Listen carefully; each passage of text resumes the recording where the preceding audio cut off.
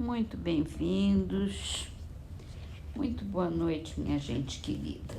Vamos começar com a leitura do livro Agenda Cristã de André Luiz. São mensagens curtas. Essa se chama Solicitação Fraterna.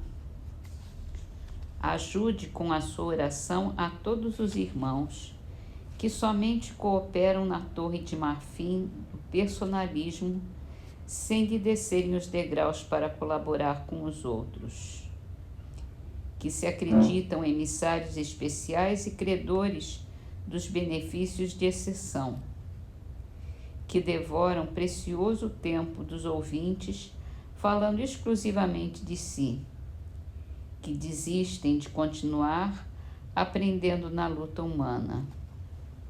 São doentes graves que necessitam do amparo silencioso.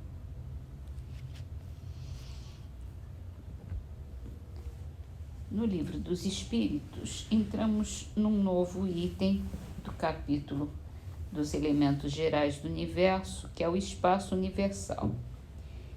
E ele pergunta: o espaço universal é infinito ou limitado?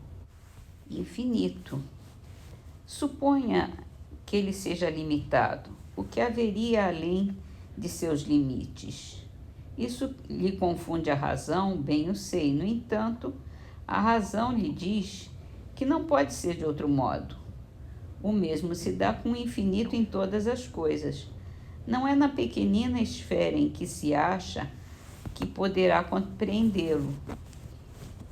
E Kardec faz uma nota. Supondo-se um limite ao espaço, por mais distante que a imaginação o coloque, a razão diz que além desse limite, alguma coisa há de ter e assim gradativamente até o infinito. Então, embora essa alguma coisa fosse o vazio absoluto, ainda seria o espaço. Então, o espaço é infinito mesmo. A nossa mente não tem essa capacidade de abstração, mas é lógico. No Evangelho segundo o Espiritismo, entramos no capítulo Bem-aventurados os pobres de espírito. E o primeiro item explica o que se deve entender por pobres de espírito. E começa com a passagem de Mateus. Bem-aventurados os pobres de espíritos, porque deles é o reino dos céus. É o capítulo 5, versículo 3 de Mateus. A incredulidade zombou dessa máxima, bem-aventurados os pobres de espírito, como tem zombado de muitas outras coisas, que não compreende. Por pobres de espírito, Jesus não entende os baldos de inteligência, mas os humildes, tanto que diz ser para eles o reino dos céus e não para os orgulhosos.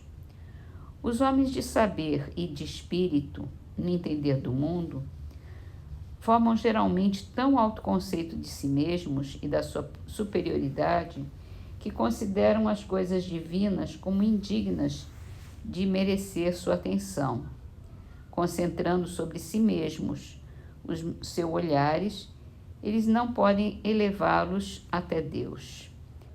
Essa tendência de se acreditarem superiores a tudo, muito a miúde, os leva a negar aquilo que, estando-lhes acima, os depreciaria, a negar até mesmo a divindade. Ou se condescendem em admiti-la, contestam-lhe um dos mais belos atributos, a ação providencial sobre as coisas desse mundo, persuadidos de que eles são suficientes para bem governá-lo, tomando a inteligência que possuem para medida da inteligência universal e julgando-se aptos a tudo compreender, não podem crer na possibilidade do que não compreendem. Consideram sem apelação as sentenças que proferem. Se recusam a admitir um mundo invisível e uma potência extra-humana, não é que isso lhes esteja fora do alcance, é que o orgulho se lhes revolta a ideia de uma coisa acima da qual não possam colocar-se e que os faria descer do pedestal onde se contemplam. Daí o só terem sorrisos de mofa para tudo que não pertence ao mundo visível e tangível. Eles se atribuem espírito e saber em tão grande cópia que não podem crer em coisas, segundo pensam, coisas boas apenas para a gente simples, tendo por pobres de espírito o que as tomam a sério. Entretanto, digam o que disserem, será forçoso para eles entrar como os outros nesse mundo invisível de que escarnecem. É lá que os olhos se lhes abrirão e eles reconhecerão o erro em que caíram. Deus, porém, que é justo, não pode receber da mesma forma aquele que lhe desconheceu a majestade e outro que humildemente se lhe submeteu às leis, nem os aquinhoar em partes iguais. Dizendo que o reino dos céus é dos simples, Jesus quis significar que a ninguém é concedida entrada nesse reino sem a simplicidade de coração e a humildade de espírito. Que o ignorante possuidor dessas qualidades será preferido ao sábio, que mais crê em si do que em Deus.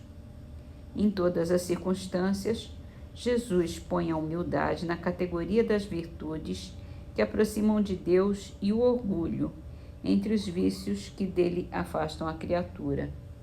E isso por uma razão muito natural, de ser a humildade um ato de submissão a Deus, ao passo que o orgulho é a revolta contra ele.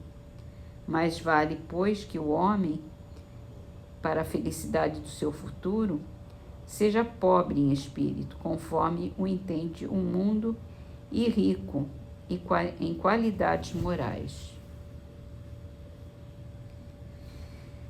Muito certo. A vaidade do homem só leva à estagnação no mesmo passo.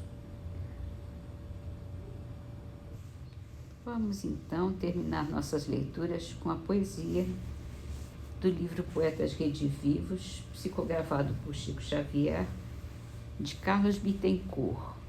Mensagem da compaixão. Se alguém te assalta o nome e a vida te alanceia, se a pancadas verbais te enlameia ou esbordoa, se alguém colado à treva e laqueia e atraiçoa, compadece-te e ouvida a prepotência alheia.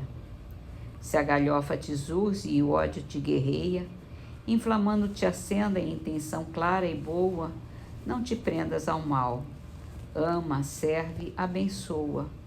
O desforço envenena, a mágoa desnorteia. Se alguém te encharca em fé o peito opresso e pasmo, a compressões de angústia e a golpes de sarcasmo, sê bálsamo do céu na estrada onde transites. Nada te turve a paz do amor terno e profundo, de passo a passo, trilha a trilha, mundo a mundo. Deus é a bondade eterna e o perdão sem limites.